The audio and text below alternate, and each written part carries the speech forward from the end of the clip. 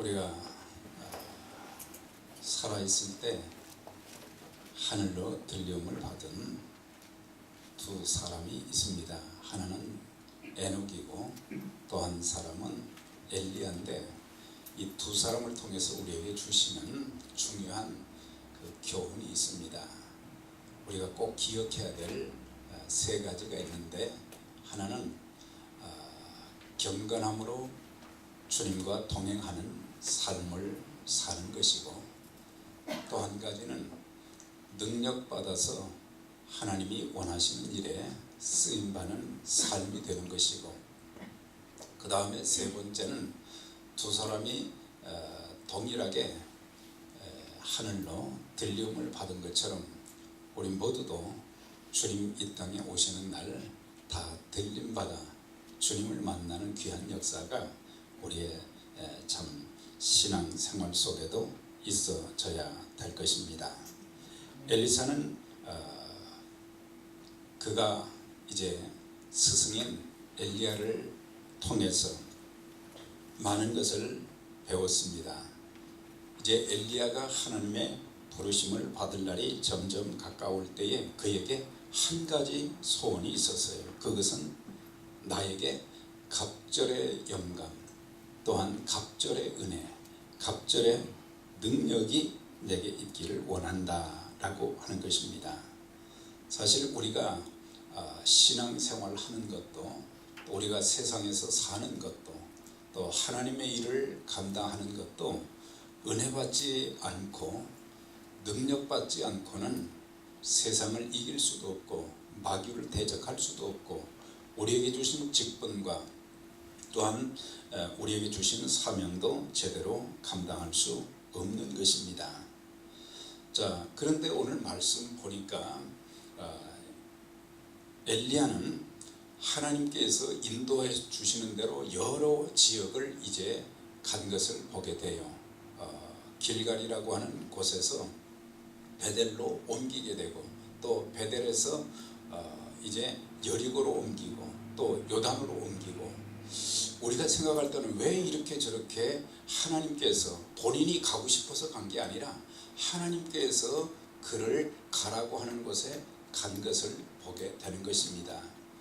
엘리야는 하나님의 말씀에 절대 순종했던 것을 보게 돼요. 평생을 하나님의 사역을 위해서 어려운 시대에 참 살면서 사역을 감당했고, 또 주님 앞에 들림받기 전에도 끊임없이 하나님 말씀에 순종하는 아름다움을 보게 되는데, 하나님께서는 왜 여러 지역으로 옮겨 다니게 해 주셨는지, 또 엘리사가 끊임없이 그를 따라가겠다고 하나님의 살아계심과 당신의 혼의 사심을 통해서 맹세하는데, 나는 절대로 당신을 스승님을 떠날 수 없습니다, 그렇게 고백한 것을 보게 되는 것입니다. 이렇게 여러 곳으로 옮긴 두 가지 이유가 있는 것을 이제 성령께서 깨닫게 해 주셨는데, 그것은 엘리사가 제자로서 손색이 없는지 이제 하나님께서 테스트하시는 그런 과정을 보게 돼요. 이제 엘리야를 대신해서 하나님이 원하시는 그 귀한 사명을 감당할 때에 정말 저가 하나님의 종으로서, 하나님의 일꾼으로서 기본적인 자격이 갖추어졌는가, 그것을 테스트하는 과정인 것을 보게 돼요.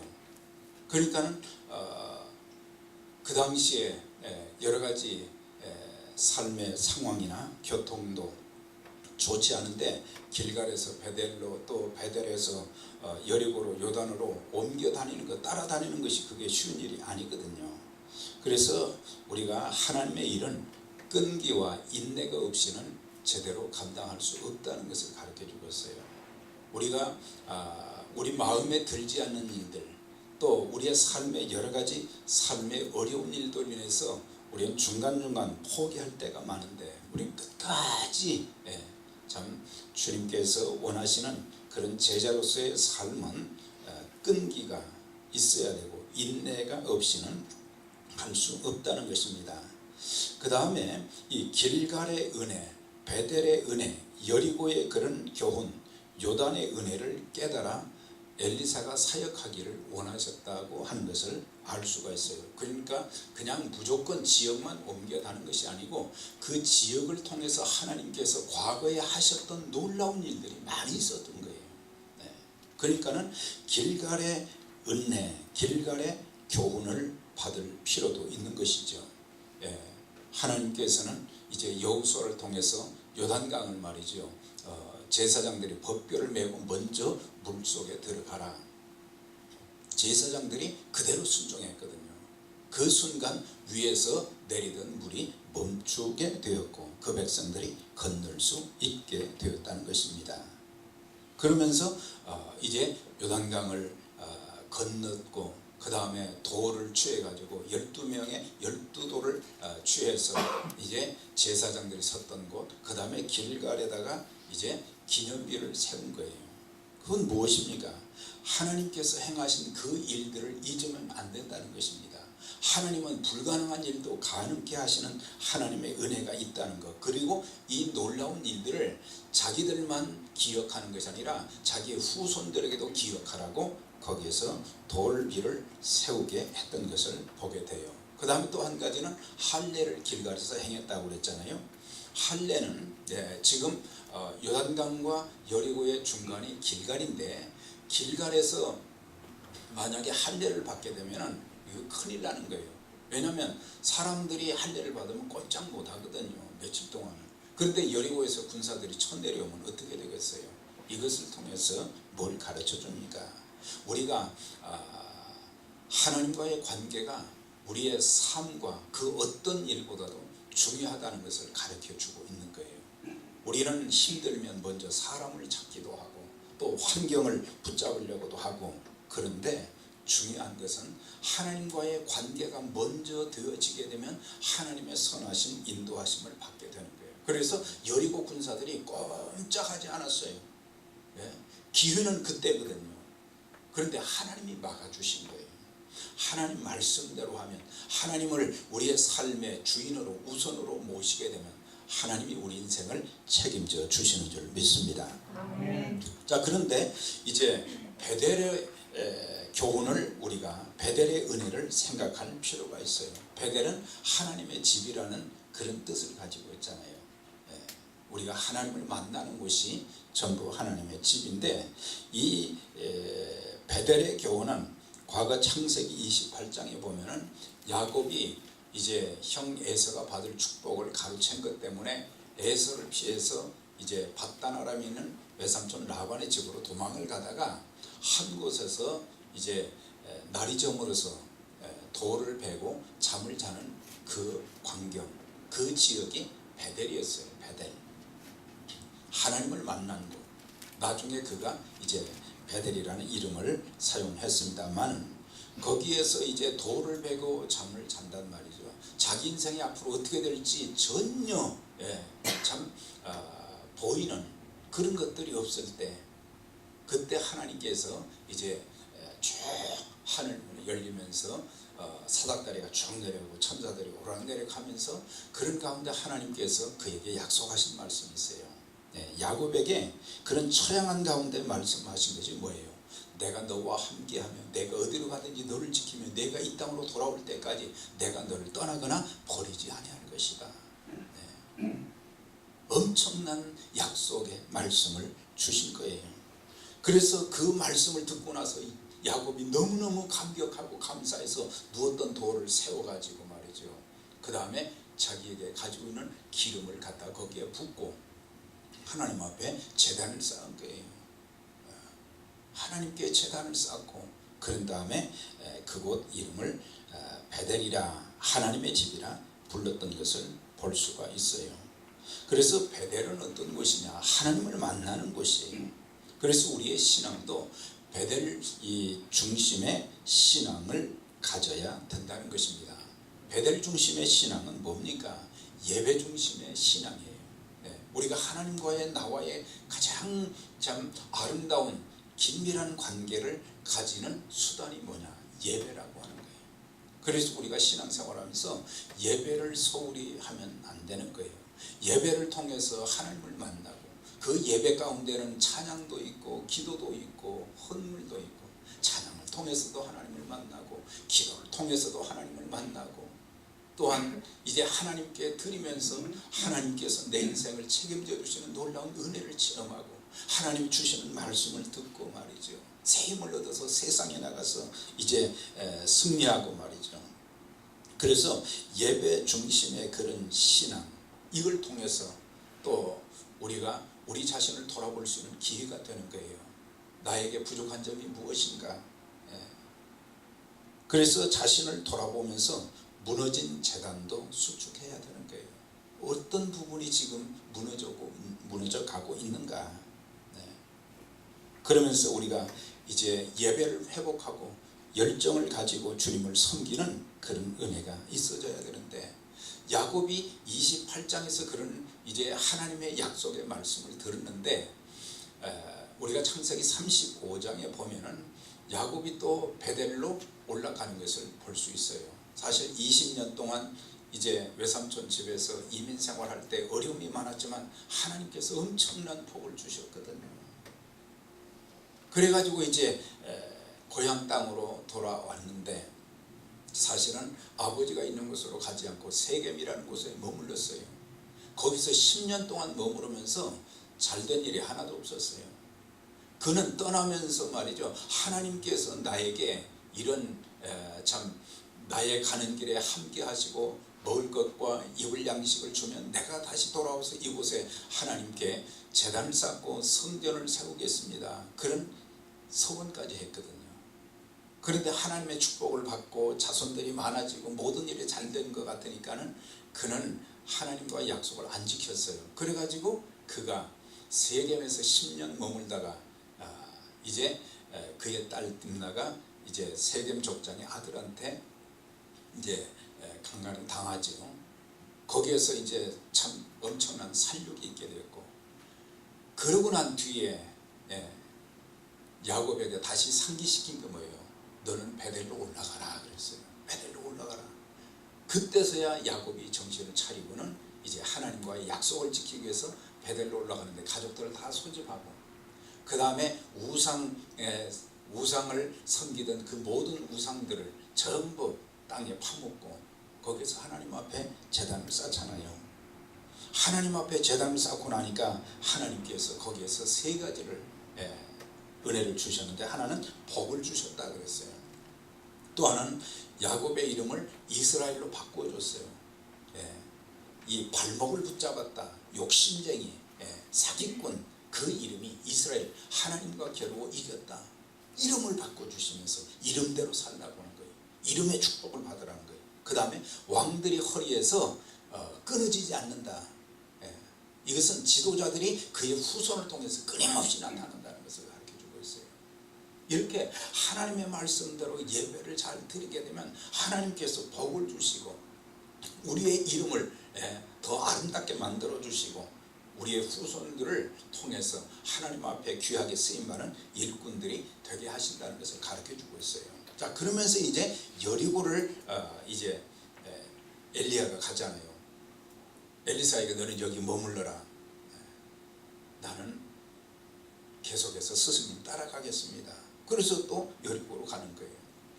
사실 여리고는 이 가장 오래된 고대 도시로서 교통의 중심지, 풍요로움이 있는 도시예요. 그래서 농사가 잘 되는 곳이 여리고입니다. 거기에는 우리가 신약성경에 보면요, 아주 귀한 하나님의 일들이 있었어요. 선한 사마리아인의 그런 이제 비유를 주님께서 말씀하신 거예요. 제사장과 레위인이 강도 맞는 사람을 그냥 놔두고 말이죠, 다 지나갔다고 그랬어요. 그런데 사마리아 사람이 바로 강도 맞는 사람을 치유해주는, 돌봐주는 그런 모습. 또 삭개오가 이 여리고에서 이제 예수님을 만난 거예요. 그래서 예수님 만나기 위해서 키가 작으니까 뽕나무 위에 올라가서 거기서 이제 주님을 만나게 되는 거죠. 삭개오야 내려오너라. 오늘 구원이 너희 집에 이르렀다. 그래서 주님께서 삭개오의 집에 들어가시는 그런 모습 보게 되고, 또 여리고에서 어떤 일이 있어요. 바디메오가 소경 거지 바디메오가 예수님을 만나서 영육이 다 고침을 받는 귀한 역사가 있었어요. 그래서 이것을 통해서 뭘 가르쳐 주느냐, 여리고에서 첫 번째는 주님을 만나는 삶이 되어져야 된다. 영적인 눈이 뜨여져야 된다. 우리가 살면서 절망의 문제가 있지만 그런 문제를 주님을 만나서 해결받아야 된다는 사실을 여기서 가르쳐 주는 거예요. 그래서 사람들에게 우리가 어떻게 보여지냐, 저 사람은 진짜 예수 믿는 사람이야, 저 사람은 하나님이 함께하는 사람이야, 저 사람처럼 살아야 돼, 저 사람처럼 믿어야 돼, 저 사람처럼 섬겨야 돼, 그런 얘기들을 들을 수 있는 그리스도인들이 되어져야 된다는 거예요. 껍데기만 그리스도인, 껍데기만 직분자들이 아니라 주님을 만난 체험이 있어야 되고 영적인 눈이 열려야 되고 성령의 은혜와 성령의 능력을 받아서 하나님의 일에 쓰임받는 그런 모습들이 보여져야 된다. 그런데 또 한 가지는 여리고라고 하는 여리고는 풍요로운 모든 것들이 참 풍부했다 그러지 않습니까? 그러니까는 우리가 살면서 하나님께 받은 많은 축복이 있을 때 그 축복을 나만 가지려고 욕심 부리지 말고 그것을 나누고 베푸는 그런 삶이 돼야 된다는 것을 가르쳐 주고 있는 거예요. 앞으로 우리가 신앙생활하면서 예수님 잘 믿고 하나님 말씀대로 살게 되면, 하나님의 뜻에 따라 살게 되면 하나님께서 우리에게 주실 은혜와 축복이 아직도 엄청나다고 하는 사실이에요. 받은 축복보다 받을 축복이 더 많아지는 여러분들이 되시기를 주의 이름으로 축원합니다. 받을 것들이 많단 말이죠. 하나님이 주실 것들이 많은데 우리는 그것을 움켜쥐고 욕심만 부려서도 안 되는 거예요. 나의 풍요로움만 우리가 이제 만취되어 있지 말고 우리가 나누고 베푸는 가운데 하나님 앞에 쓰임받는 그런 모습. 그래서 이 여리고의 교훈도 받을 필요가 있어요. 마지막에는 이제 뭡니까? 요단으로 이제 하나님께서 가라고 하시는 것을 보게 돼요. 그래서 엘리야는 요단으로 가게 됩니다. 엘리사도 따라가게 됩니다. 여기서 우리가 요단으로 갔다는 것은 중요한 또 의미가 있는 거죠. 요단강은 이 헐몬산에서 이제 이슬이 내려지고 비가 내려지면 그 물이 요단강으로 그 다음에 사해까지 이르르게 되는데, 그래서 그들은 가나안 정복을 위해서 요단강을 건넜던 것을 보게 돼요. 제사장들이 법궤를 메고 물가에 들어갔을 때 물이 수답됐다고 그랬지 않습니까? 그런데 사실 우리가 또 한 가지 기억할 것은 요단강 하면은 하나님의 기적도 있지만은 또 한 가지는 요단강 하면 강에 들어간다는 것은 자기를 죽이는 거예요. 우리가 요단강을 건넌다는 것은 자기 자신을 십자가에 못 박고 죽어지는 것을 말하는 것입니다.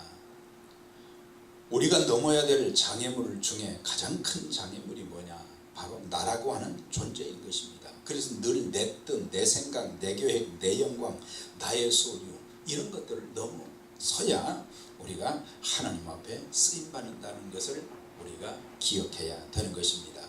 자, 이렇게 요단으로 갔어요. 하나님께서 요단을 건너고 나니까 엘리야를 하나님께서 이제 하늘로 불러 들이신 것을 볼 수가 있어요.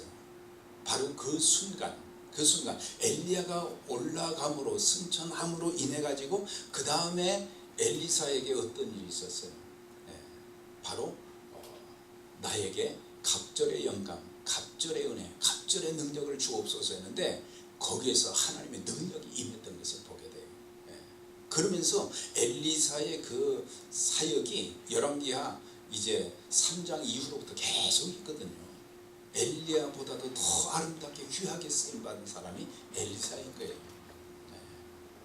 그래서 저와 여러분들 이런 내용을 통해서 하나님께서 우리에게 무엇을 말씀하시는지, 또 정말 우리가 하나님 앞에 구해야 될 첫 번째 것이 무엇인가? 구원받은 사람들이 나 구원받았네, 너 구원받았네 여기서 끝나지 말고 이제 하나님 주시는 은혜를, 갑절의 은혜를 주옵소서, 갑절의 능력을 주옵소서, 그래서 참 그리스도 안에서 행복한 신앙생활이 될 뿐만 아니라 또한 하나님이 주시는 그 모든 사역, 사명을 잘 감당해서 평생을 엘리사처럼 귀하게 쓰임받는 하나님의 사람들이 다 되시기를 주의 이름으로 축원합니다. 자비로우신 주님 감사합니다. 이 아침에도 또 귀한 가족들 단잠을 깨워주시고 불러주시고 또 하나님 앞에 특별 새벽기도로 또한 은혜받고 능력받아 주의 일에 쓰임받기를 소원하는 귀한 가족들 주신 말씀 기억하고 하나님 엘리사가 하나님 앞에 간절히 소망한 것처럼 엘리사의 소망이 저들의 소원이 되게 하시고 하나님 근본 기간 동안 저들이 기도하는 제목도 응답해 주시고 또한 풍성한 은혜와 능력을 주셔서 하나님 앞에 아름다운 모습으로 평생을 귀하게 쓰임받게 하셔서 저들을 통해서 주의 몸된 교회가 더 아름답게 세워지고 복음의 지경이 넓어지고 주님의 나라가 확장되는 귀한 일에 아름답게 능력있게 귀하게 쓰임받는 가족들 삶이 될 수 있도록 하나님 축복해 주옵소서. 에베네셀 선교교회 모든 가족들 오늘 하루도 어디에 있든지 주님이 건강도 안전도 지켜주시고 또한 가정과 직장과 사업도 하나님 축복해 주셔서 감사와 찬송이 넘치는 복된 하루 되게 하여 주옵소서. 예수님 이름으로 축복하며 기도하옵나이다. 아멘. 오늘 하루